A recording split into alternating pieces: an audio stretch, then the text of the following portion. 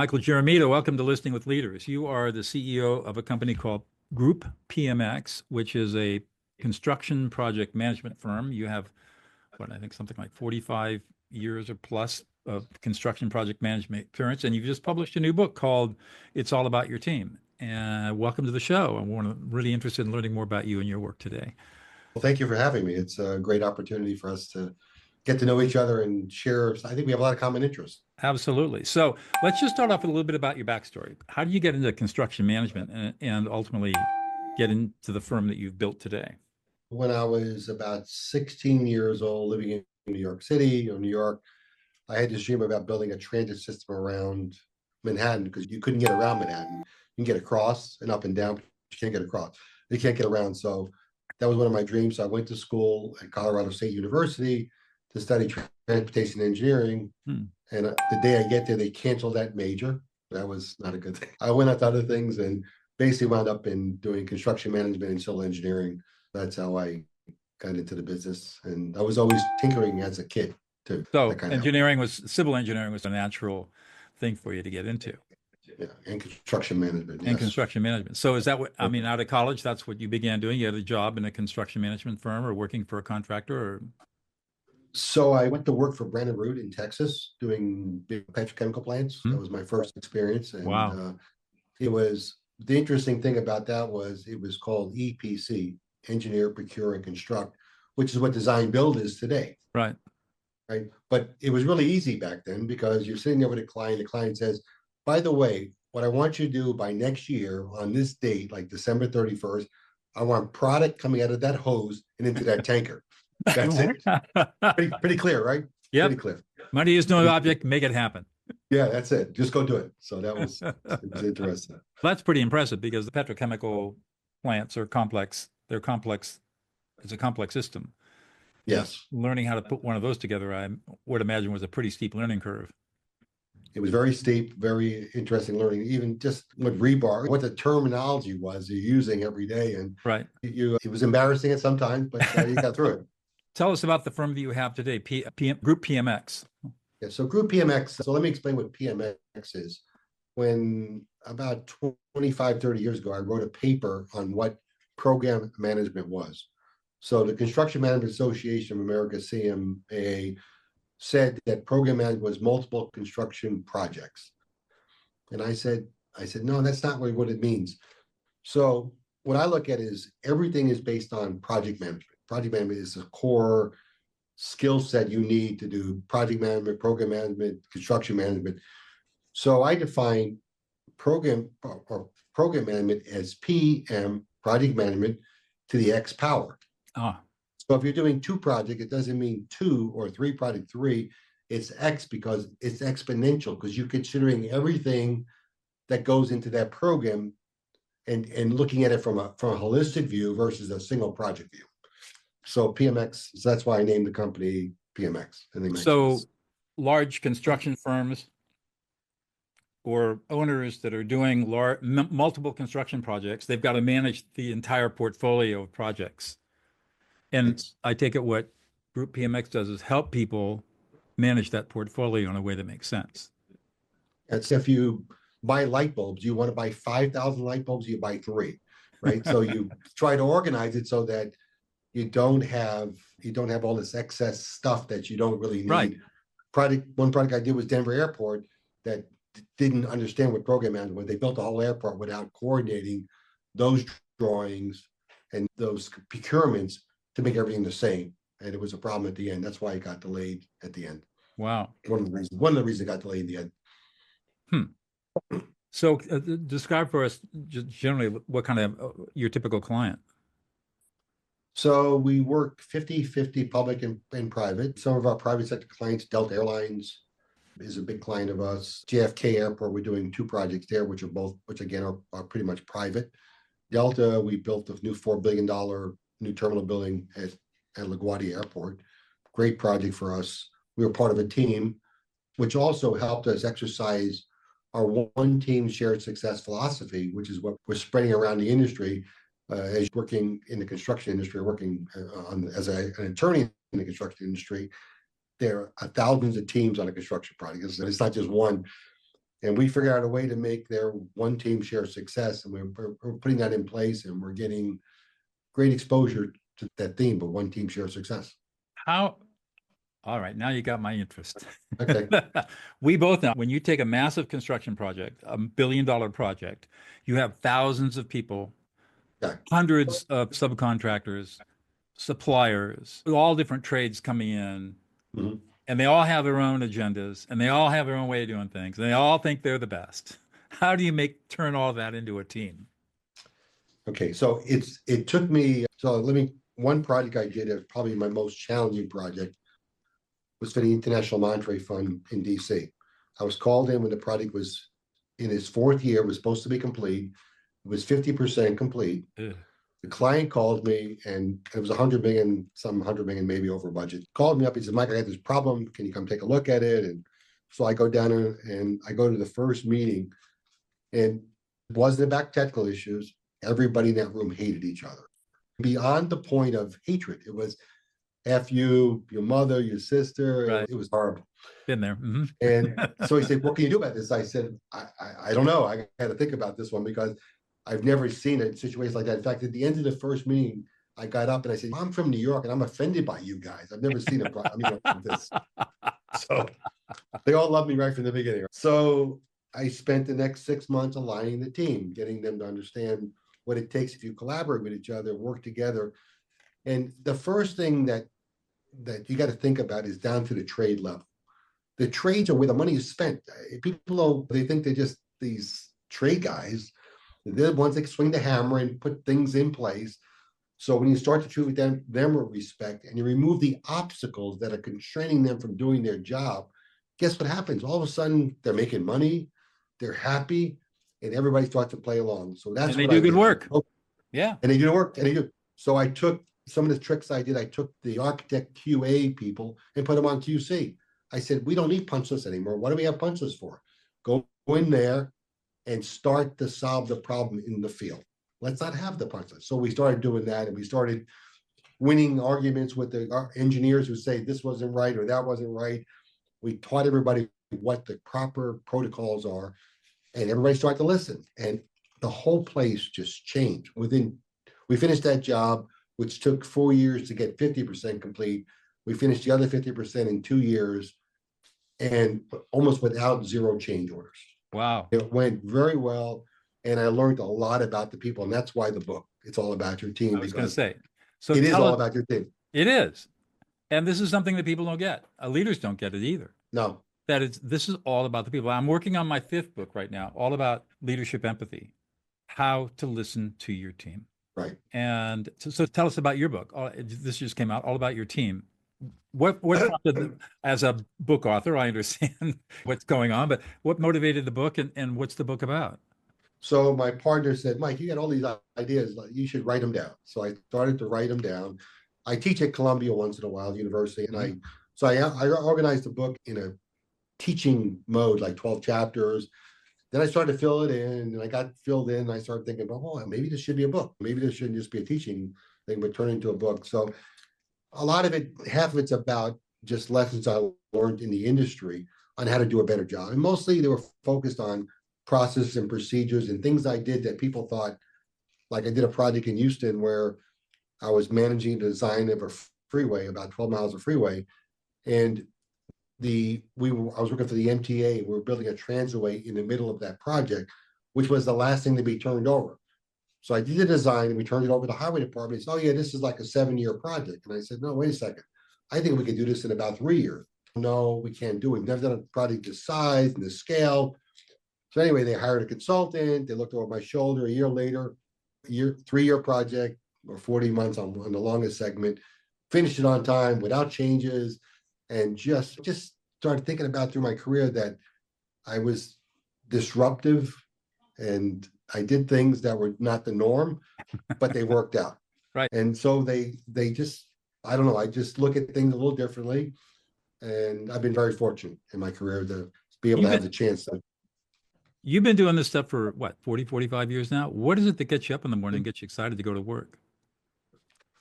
So it used to be project, but now it's about the people. I get excited about changing behavior. Culture beat strategy. It was somebody said that, I forget who it was, that said it was pretty famous, but it does. You build culture. It's amazing what happens. And you listen, and the way you get culture is you listen to people, you figure out what's going on, what's wrong, what's really the problem, and you start to align them, which took 6 months at the IMF to align the people to change the behavior. And once they see that, they're unstoppable. It is unstoppable what happens. So tell me, I guess you can use the construction industry as an example, but if you're a leader listening to you talking now, and let's say you're in software, you're in tech, nothing to do with construction, what are the general principles that you can pull out of what you're talking about, how you get teams to align? So the first one is really understand where you want it to go, right? You set your goals, then you try to align them with your goals in a way that makes sense to them. The first thing is removing the obstacles. I can't say it enough. Every day we had a design problem. I got everybody in the room. What are we going to do about this? We're not going to delay, because delays are the most harmful thing. And as you probably know, as an attorney, that stops everything, right? That's where everything goes bad. So you teach people to resolve the problem. Don't point fingers. How do we resolve it together? How do we get together and make it the best we can? And you do that, and people start to listen. People start to learn. People start to see that they can get through the problems, and maybe even come into a meeting and say, I have a problem today, instead of trying to hide it under the rug.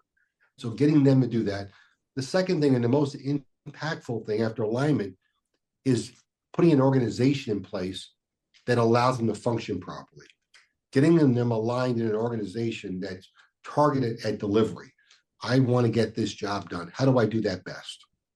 And that really worked very well. And then the last thing is having some technology and tools to measure the progress and adjust. And being able to, at all times, be able to adjust to it. Like the first thing I did on this IMF project, I put in a program that measured the amount of people coming to the job every day. So what does that do? The first thing is, if you have 100 people needed on the job and only 50 show up, guess what? You're only getting 50% progress that day, right? It's a really simple thing. Does any owner ever do that? No. But if you do that, simple things like that, measure things that you need to do on a daily basis, and then you can adjust and react.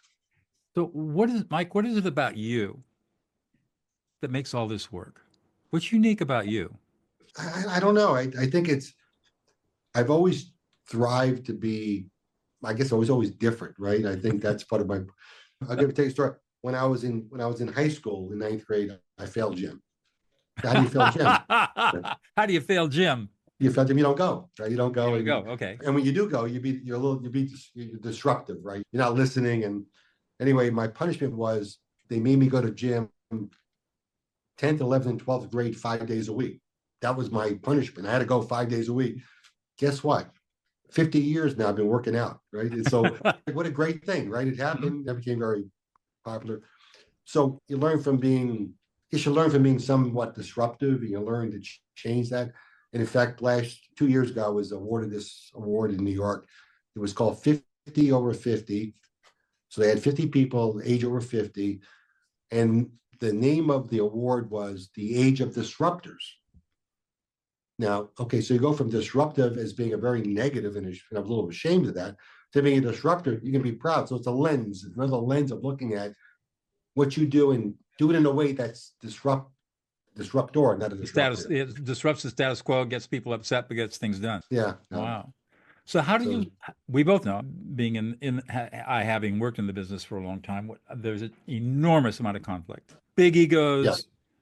A lot of it, not always the smartest people at the trade level. They're good at the jobs, but beyond that, they're not the smartest. I call those prickly people. I call those prickly people.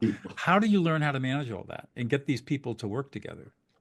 Because I've worked in I worked in construction myself, so I understand the trade. I think they're people. They're just people. And when you treat them, if you see an electrician, you go into a room, you see him putting in the electrical outlet crooked for the last 5 rooms. You tap them on the back and say, listen, we really want this to be right. Can you understand if you put a level on that and you keep it straight, there's no more rework, right? You get out of the room, you're done, and you start to look at all the things that are wrong. And then you go back in a nice way and train everybody in the right way to do things. and get them aligned. And all of a sudden, they're each competing with each other. When they start doing that, the world changes because they all want to be better than each other. That's ego. That's the ego, but not ego in a good way versus the bad way. So how are you able to, for example, tell the electrician, we need you to level this so everything's lined up and square to the walls without getting people to bristle? Because you just tell them that, by the way, if your boss is here, he sees that, he doesn't want you to have a punch list because that costs him money. If you walk out of this room and it's clean, and you look back and say, wow, what a great job I did. And that's it. And so there was one incident we had level 5 finishes on, I guess you know what that is. That's the strictest level. It's smooth, very smooth finish. And at the project in DC, it was for level 5 finish. There was a lot of arguments between the architect and the engineer and the contractors about level 5. So what I did, I called the gypsum board, and there's a special gypsum board because they know about gypsum board. They came in and they walked every instant. There was like 100 different places that were on this list that were supposed to be defective. By the time they finished walking, the contractor learned, and the engineer and the architect and engineer learned that probably they were half right, each half right. So we wiped out all the list, and they all understood. And they going forward, not one issue ever came up again. They were all trained the same and respectfully done because they weren't battling with each other. They were listening to a third party who is the expert. And so there's things like that you do. You want to avoid that conflict. Don't get into conflict with them.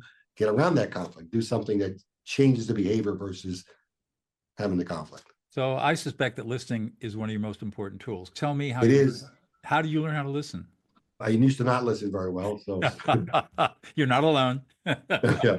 So I do. When you ask a question, then you start to listen about what the solution is, and especially when you're really engaged, it's pretty simple. Sometimes I don't listen very well, which I need to learn more about. That's why I bought your book, by the way. But it's when you're really interested and you want the end result. The end result is what you want. You do listen better, and you should do that all the time, though.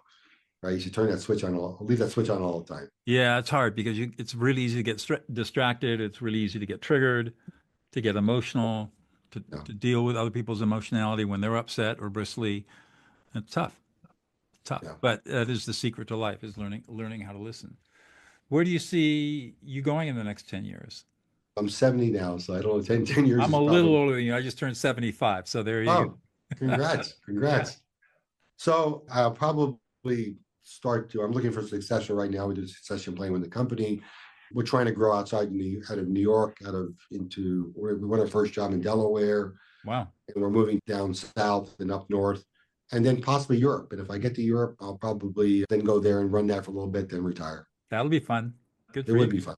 Yeah. One more question, Mike, and I'll let you go. What's one thing about yourself that we would never know about unless you revealed it to us? That's a good one. Oh, that's a hard question. You would never know that I'm a jazz violinist. Yeah. Okay. I don't know. I'm an avid sailor. I don't know. I ride a Harley. What do you do for fun? I sail. I ride my Harley. There you go. Sail. What kind of boat do you have? I have a DeFore, 46-foot DeFore. Oh, nice. My wife sailed across the ocean when she was 12 years old, left Chicago, sailed to the Med on a 44-foot sloop with her family. Mm-hmm. Wow. Yeah, spent a year and a half.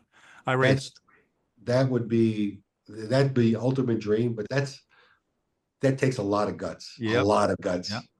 I'm looking right out my window here, and there's my 18-foot Prindle catamaran racing. Oh, I had a 16-foot Prindle. There you go. It. That was my first boat, actually. Really?